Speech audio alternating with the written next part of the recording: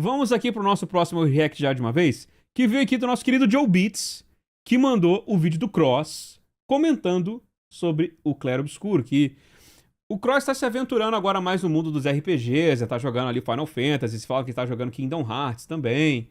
Então, pô, legal. E ele platinou aqui o Claro Obscuro, inclusive, né? Já é o início do vídeo dele aqui com a platina. Então vamos dar uma conferida pra ver se é bom mesmo ou estão exagerando. Resenha honesta. Vamos lá. Eu já vou fazer, sabe o que, meus amigos? Aproveitar que a gente tá em live aqui com vocês. Manda um salve aí pra galera do YouTube, rapaziada. Salve Manda pra um galera salve do aí, YouTube. vai. Fala salve, galera. Salve, salve, salve. Pronto, mandaram um salve. Agora... E o Cross também é o gênio da criação de conteúdo, né? Vejo que muita gente faz isso, inclusive, né? Mas eu ainda não consigo, eu sou mais tradicional. Ele tá na live matinal dele lá, e ele produz o vídeo dele pro YouTube. Foda-se. Já é direto ali, ele tá lá, abraça os dois ao mesmo tempo, o público da live e o público do vídeo do YouTube. Sumam da minha tela, é isso. Tirou a galera da tela. Galera, o negócio é o seguinte, ó, vou fazer uma resenha com vocês ao vivo, que vocês sabem que isso é pra poucos, né, não para porcos. Falar um pouquinho de Claro Obscur, tá, gente? Falar como esse jogo foi caralho, especial, como pronúncia esse jogo é bom diferenciada. pra caramba, e que eu recomendo, cara, você que assim como eu não é muito de batalha de turno, pra que você jogue o Claro Obscur, tá? Esse vídeo aqui vai ter um pouquinho de spoiler, tá? Então, se você não jogou ainda, recomendo que você termine o jogo e volte aqui depois. Eu queria falar um pouco desse jogo aqui que entrou pra minha seleta lista de jogos que realmente fazem com que eu vá dormir pensando no jogo e que eu acorde pensando no jogo. Esse jogo aqui é Véi, isso aí é uma verdade, tá? Eu gosto quando a gente termina o jogo e a gente...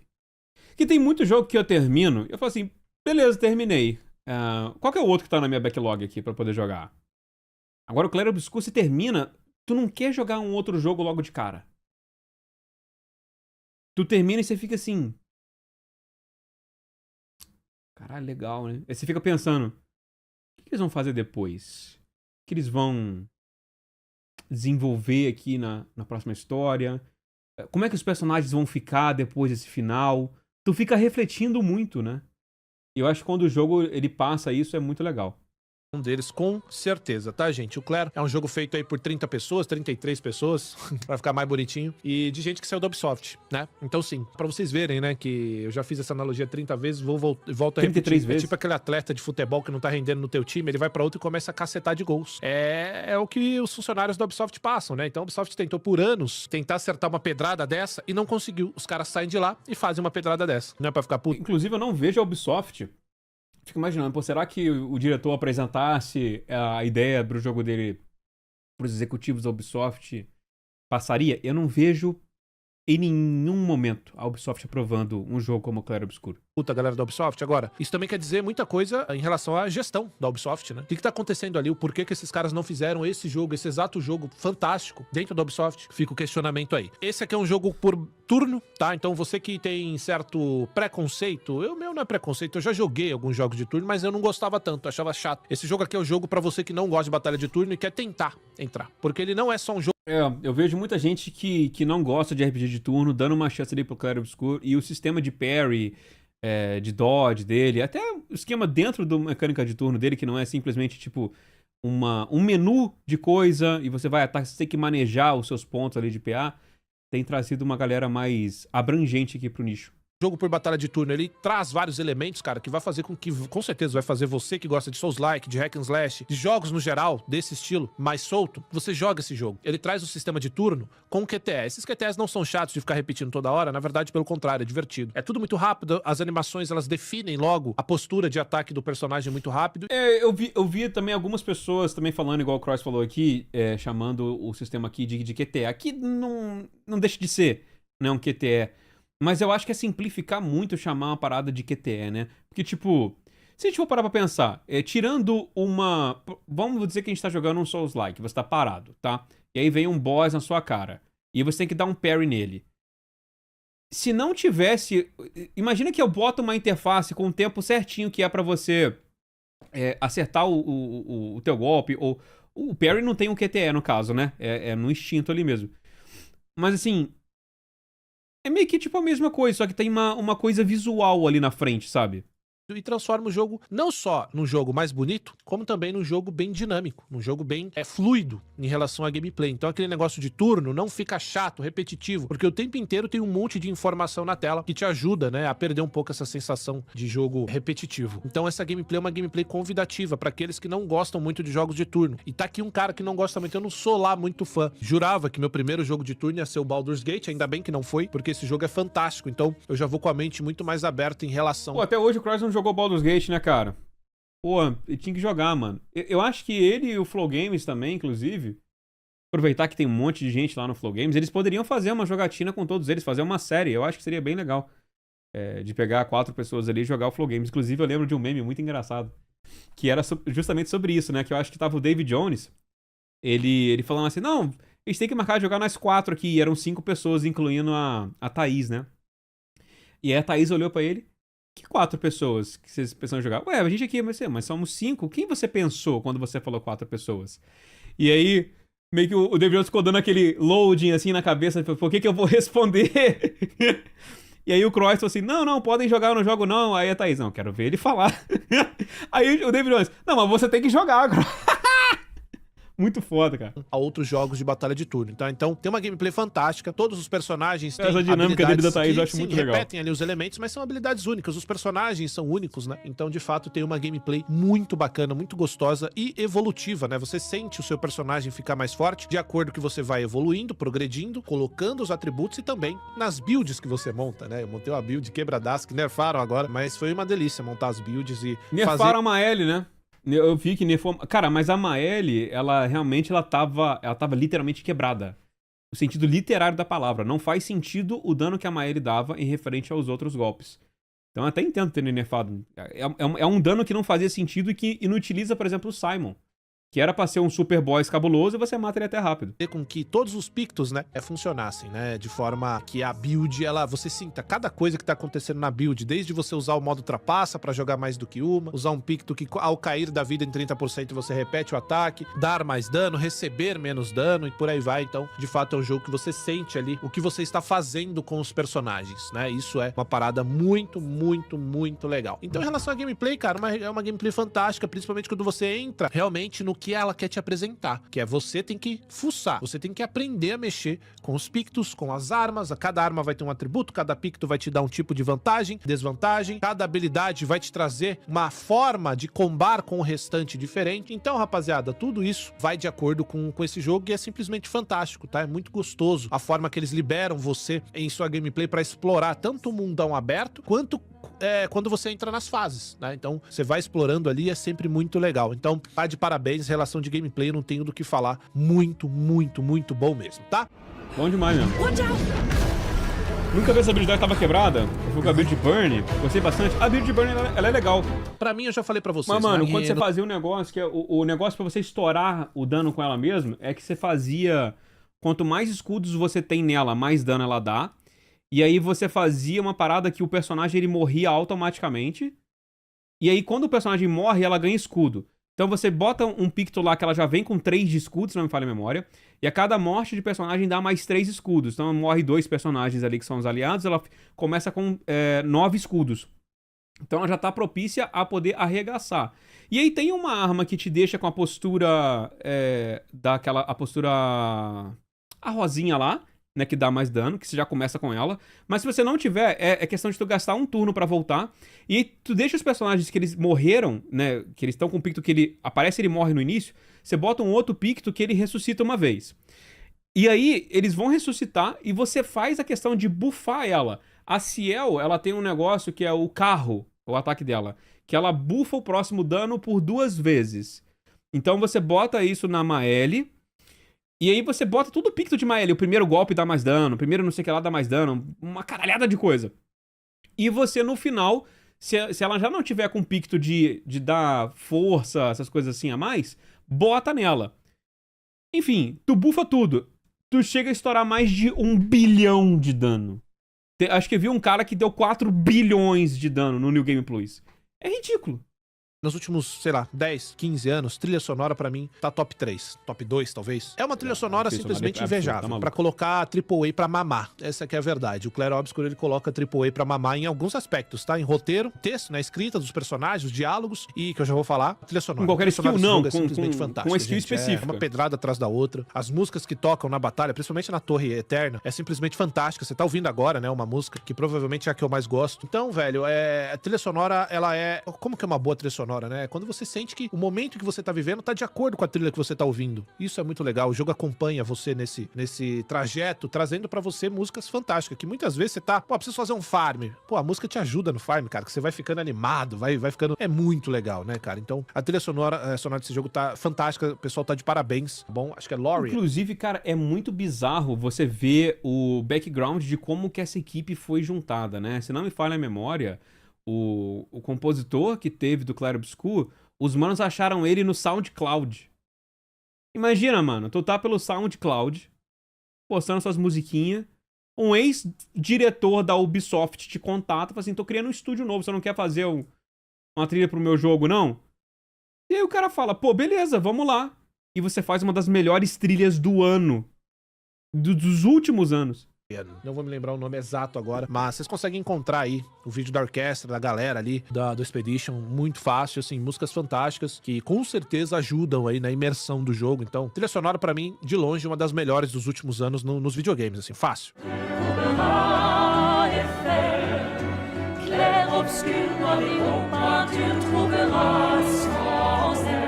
E aí a gente vai cair um pouco também, rapaziada, pra gente conversar da história, né? Essa história é, obviamente, como eu falei pra vocês, esse é o momento que você que não jogou e tá na live aqui ou tá no vídeo, volta depois, aí, vou falar um pouquinho, atento, vou falar tudo, né, de todos os plots, de todos os personagens, mas aqui a gente tem, cara, de fato, o que pra mim, tirando o Red Dead Redemption 2, tá? Eu sei que alguns vão falar The Last of Us e tal, mas eu não acho que The Last of Us entre no Sente-se à mesa em relação à escrita, à história, ao background de Red Dead Redemption 2 e nem desse jogo aqui. Gosto muito de como eles contam essa história, porque você já começa, o que é um bom filme, né? É quando ele te mostra uma premissa e aquela premissa já te pega logo de início. Você fala, caramba, cara, agora eu tô interessado pra ver o que vai acontecer no final. E é exatamente o que acontece aqui no Clair. Logo no início que você entende o que tá acontecendo ali, né? Ou seja, todo ano, você muitas acha pessoas que você somem, entende, o Thanos estala o dedo e a pessoa, de acordo com a idade que está no painel, ela some, não é verdade? Então, acontece misteriosamente isso todos os anos e um grupo de expedicionário, eles têm que ir até... Bom, aí é coisa demais, mas enfim. Eles vão nessa expedição pra descobrir o que está acontecendo pra parar com isso, porque não vai sobrar mais ninguém, não é verdade? E começa na expedição 0 e vai regredindo, né? Vai voltando no tempo. Com isso, os pais vão e aí o filho cresce, chega aos 30 anos de idade e vai também, isso também é contado na história. Então a premissa já é uma premissa muito legal, que cabe filme, cabe série, é muito legal, muito bem escrito. E conforme você vai entendendo o caminhar da história... Inclusive, né, aí... vai ter um filme do Clair Obscur, confirmado. A gente já não sabe quem que vai atuar. Mas interessante, né? Vai ter um filme, vai ter uma adaptação.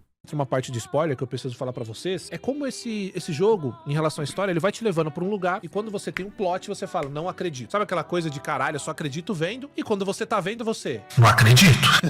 É exatamente isso que acontece no Clair, cara. Quando você é pego por essa premissa, né, inicial, que aliás é fantástica, você vai caminhando no jogo e quando você tem o primeiro plot, você fala, nem fudendo. É exatamente isso, nem fudendo. Não dá. E vocês sabem qual é o plot, né? Que eu tô falando. É aquele mesmo. Quando desperta e você fala, mentira. E quando isso acontece, você fica com aquela sensação de vazio, né? Poxa, engraçado que ele deu o alerta de spoiler, mas parece que ele tá um pouco receoso de falar o spoiler. Tudo que eu tô vivendo aqui, cara... Tudo que eu tô vivendo aqui, então, por quê? Se isso que eu acabei de ver é isso, por que tudo que eu estou vivendo até esse momento, você fica com vazio? A sensação é que quando ela desperta ali, você... eu tô com vazio, porque nada é real. Nada de verdade. Nada que tá acontecendo, caralho. Isso daqui não... Então, mas eu acho que o jogo, ele brinca um pouco com isso, né? Ele devia brincar mais. É um dos pontos que a gente chegou a discutir, né? Que os personagens do quadro, eles ficam meio que jogados pra escanteio. E que eu acho que eles deveriam questionar mais o que é existir. Eles questionam uma vez, que eu me lembro específico, mas deveria ser mais. Então, eles deveriam, eu acho que, tratar mais desse existencialismo. Que eu acho que ele traz a perspectiva pra jogo, tipo... Beleza, a gente tá aqui num quadro que foi pintado, então nós não existimos de verdade, né? Ou melhor, nós não existimos no mundo exterior. Mas a gente existe, a gente tem sentimentos, a gente teve nossas vidas, a gente teve nossa família. Então a gente existe sim, por mais que a gente tenha sido uma criação, a gente tenha vindo de um quadro, a gente é uma criação de um quadro... a gente existe, porra. Então, eu acho que esse ponto, essa temática, ela deveria ser um pouco mais bem explorada depois do jogo. Que ele ficou muito Mael-verso. E eu acho que os outros personagens, eles poderiam trazer um pouco mais esse questionamento pra mesa. Mas eles trazem uma vez, eu me lembro de uma vez que eles trazem isso, se não me engano, no acampamento. Mas é pouco, né? Passa de uma ilusão. Só que aí você pensa mais um pouco e você fala, será mesmo? Porque esse jogo ele se trata muito de criação, de arte, não é? O tempo inteiro ele quer falar sobre a arte, sobre o quanto as pessoas que criam estão se importando com suas criações. Mas se você pensar um pouco mais, você pode levar isso pro lado mais filosófico e imaginar que são deuses que criam as suas criaturas e que não se importam muito com elas. Sim, e esse jogo trata muito disso, né? Você vê que nem Renoir, nem a própria Claire, que afinal de contas ela que criou os Nevrons, né? Nenhum desses personagens, eles se importam muito com as suas criações, né? E isso a gente discute fora desse jogo, né? Será que os deuses, em outras mitologias, os deuses geralmente são... Vamos pegar um outro jogo aí, você pega God of War, por exemplo. Zeus tá ligando pra alguma coisa? Ele é um deus. Por mais que não tenha sido ele que criou algumas coisas, mas ele é um deus, ele não tá ligando pra nada, não é verdade? Existem os deuses que criam as coisas, e por muitas vezes eles não ligam pra essas coisas, né? Todos os personagens ali dentro, exceto o Verso, que é o que a gente descobre, eles não ligam muito, não é verdade? Eu vou fazer um programa ainda mais, discorrendo mais sobre a história. É uma discussão muito legal e muito filosófica até, caso alguém queira ter. O jogo ele discute muito isso, né, cara? De o quanto os deuses e as... sei lá, eles se preocupam com as suas criações, não é? E isso é uma parada muito legal, cara. Uma parada que a gente discute isso em outras mídias, a gente discute isso no dia a dia, e isso é retratado muito bem aqui no jogo com várias camadas. A própria mãe mesmo, né? A mãe, ela tá ali tentando defender defender da extinção, né? O quadro, mas você sabe que ela não tá fazendo isso pelo quadro em si. Ela tá fazendo isso porque é uma lembrança ali do verso, do verso original, né? Não o verso criação, que é o que a gente joga. Que é a última coisa que ela tem dele ali, uma coisa, entre aspas, viva que a gente tem dele. Então, realmente, os personagens, os deuses, que são os pintores, eles não estão muito aí pra situação toda. E o verso, eu acho que meio que não conta muito, porque, apesar dele ser o verso, ele é o verso criação, ele também faz parte ali do rolê. E a Maëlle, mesmo depois que ela volta, ela tá muito ali também, depois que ela tem as suas memórias lá de pintora também, ela tá ali de uma forma muito egoísta. Então, e aí que eu acho que poderia ser um fato mais bem trabalhado. Porque você consegue perceber que ela quer manter o quadro ali, também não é pelo quadro, é porque ela quer ter uma vida ali. Porque lá fora, ela sentia que ela não tinha uma vida. Então tem esse lado mais egoísta dela também. E eu acho que esse ponto poderia ter mais intriga ali no final. Camadas, né? E isso é muito foda, porque você tem um primeiro terço do jogo ali que você acha que vai ser uma coisa, então, pô, você tem ali os primeiros personagens, você fala, pô, é isso aqui, né? É isso aqui que vai até o final, sabe? Caralho. O que eu tô jogando agora? Porque se você for parar pra pensar aos 80% do jogo do Expedition e voltar pros primeiros 5%, você vai falar, é outro jogo.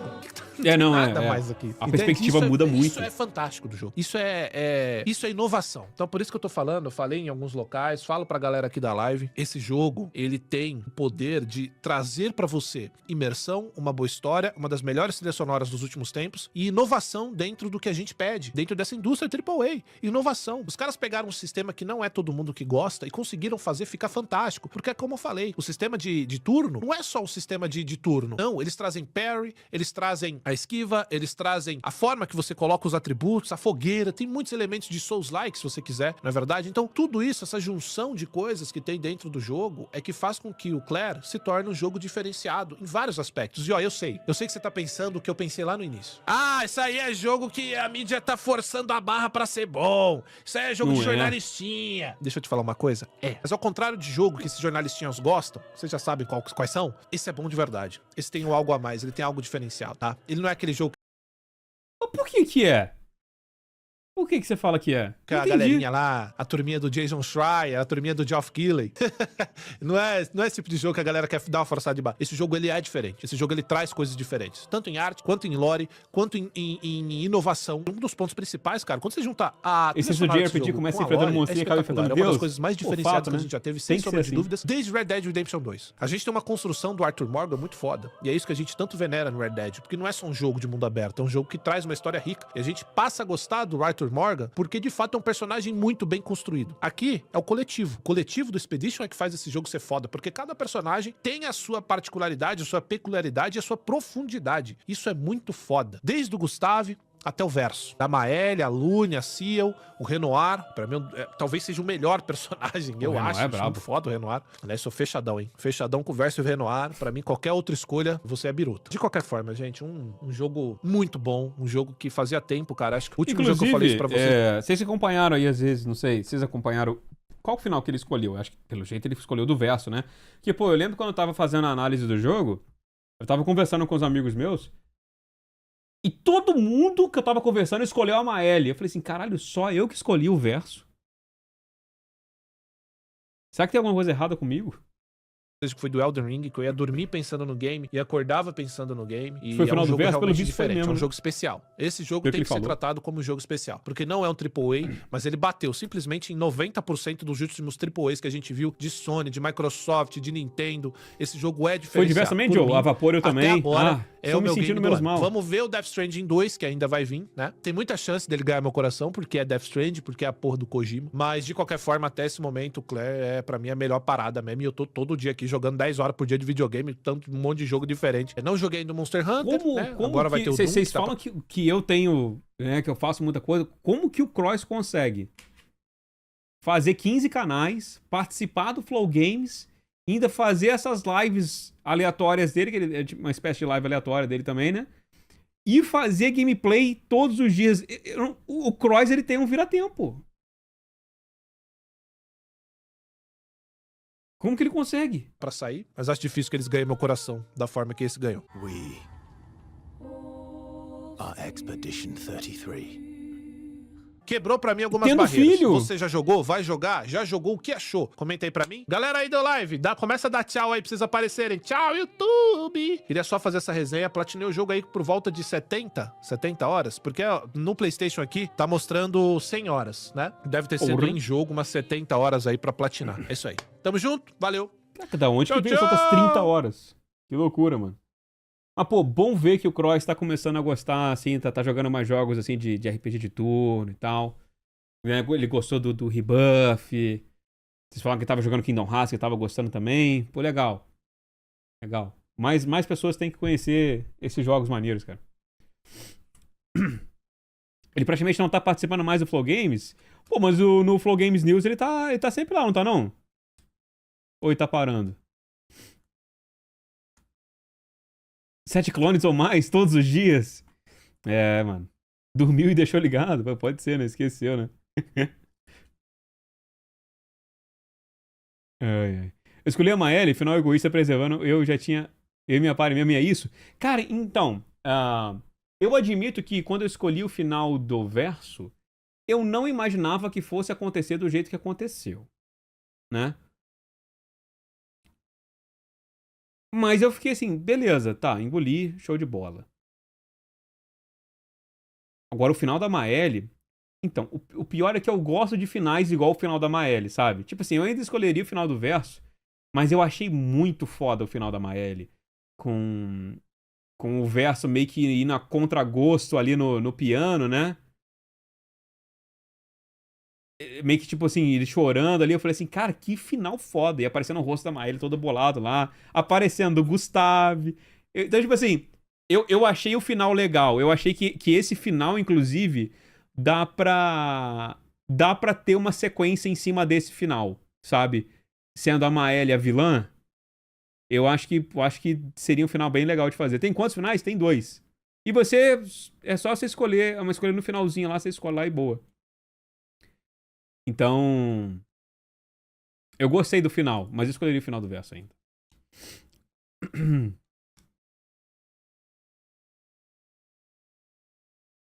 final da Maelle é bem mais assistido do verso, ele virou praticamente o brinquedo dela. Sim, mano.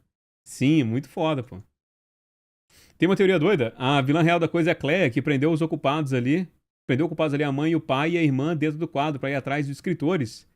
Pra ter o poder da habilidade que talvez o verso tivesse.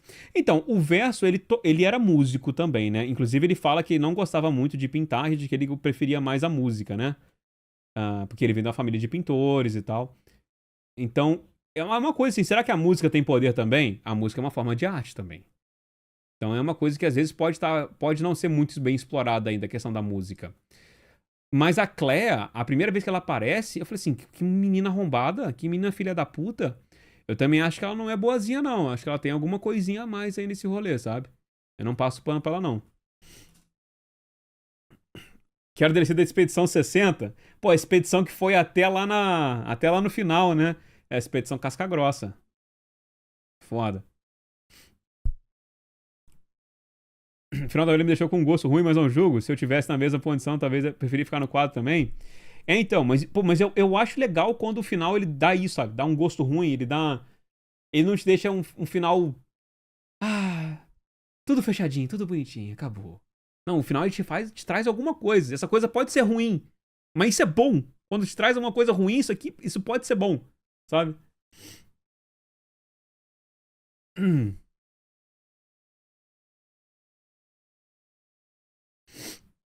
A dublagem da Clea é a atriz da Laezel, muito foda. Olha, não sabia não. Pô, maneiro, hein?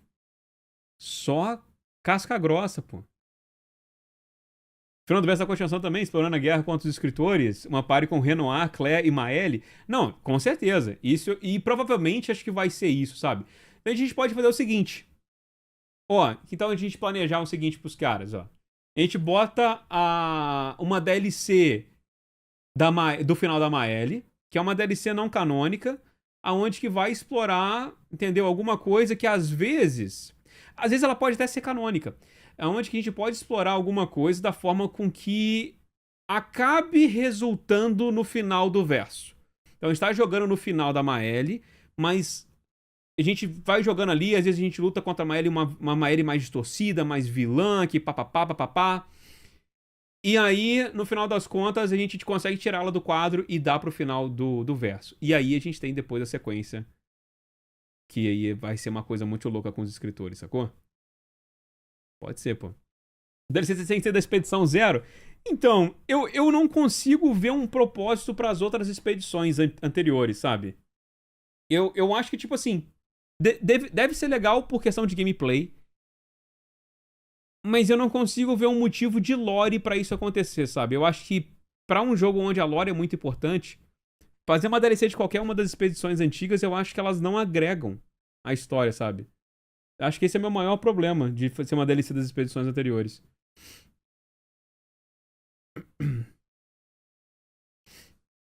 Vericial com o filho e marido do Gustavo, já vivo, já valeu a pena. Pô, dá um. Pô, não. Quando o Gustavo aparece, assim, você fica sentindo assim, esse calorzinho, né, mano?